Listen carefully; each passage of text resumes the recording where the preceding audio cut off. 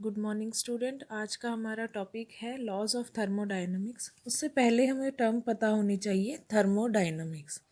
Thermo का मतलब हमें पता है हीट, डायनामिक्स मीन्स चलना, यानी कि हीट जब एक बॉडी से दूसरे बॉडी में ट्रांसफ़र हो तो वही होगा हमारा थर्मोडायनामिक्स। तो सबसे पहला लॉ है जो थर्मोडायनामिक्स का, वो है zeroth law of thermodynamics.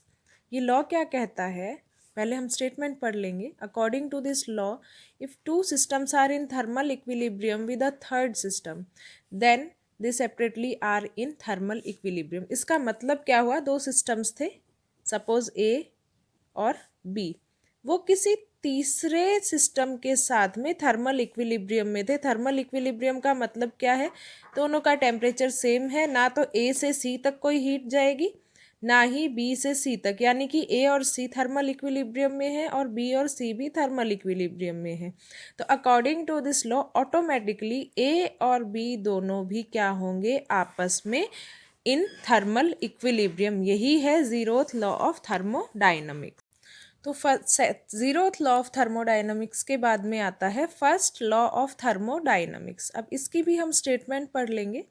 According to this law, the energy, जिसे हम रिप्रेजेंट कर रहे हैं डेल्टा क्यू से, डेल्टा इसलिए लगाया क्योंकि एनर्जी चेंज होगी जब हम सप्लाई करेंगे सिस्टम को। The energy supplied to a system contributes in its internal energy, यानी सिस्टम की इंटरनल एनर्जी में कंट्रीब्यूट करेगी, and remaining part contributes in the work done.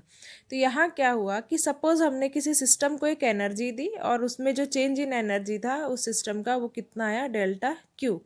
तो ये चेंज किसके बराबर होगा, उस सिस्टम की जो इंटरनल एनर्जी थी, कुछ पार्ट तो इस एनर्जी का उसमें इन्वॉल्व होगा और बचा हुआ पार्ट जो है वो इन्वॉल्व होगा work done on the system के लिए। तो यहाँ पे work done is equal to होगा pressure into change in volume. तो हम कर देते हैं इस केस में delta Q will be equal to delta U plus P delta V, यानी कि energy supplied to a system जो है वो उसकी इंटरनल एनर्जी में कन्वर्ट होती है और उसका कुछ पार्ट कन्वर्ट होता है वर्क डन में।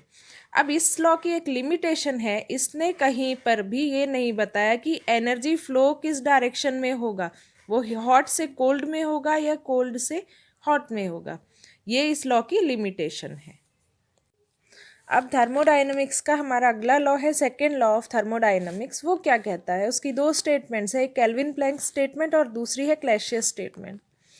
केल्विन प्लैंक स्टेटमेंट क्या कहती है, it is impossible to construct a heat engine, cyclic heat engine बनाना इम्पॉसिबल है, which absorb heat from a reservoir and deliver equal amount of work. इसका क्या मतलब हुआ कि एक ऐसा हीट इंजन बनाना इम्पॉसिबल है जो साइक्लिक हो और वो अपनी जो भी हीट किसी एक रिजर्वियर से एब्जॉर्ब कर रहा है उस सारी ही हीट को वो कन्वर्ट कर दे वर्क में, यानी कि इंटरनल एनर्जी में कोई चेंज ना हो, ना ही कोई हीट एनर्जी जो है वो वेस्ट हो, सारी की सारी अप्लाइड एनर्जी जो है वो कन्वर्ट अगर हो जाती है वर्क डन में, तो ऐसा हीट इंजन बनाना इम्पॉसिबल है।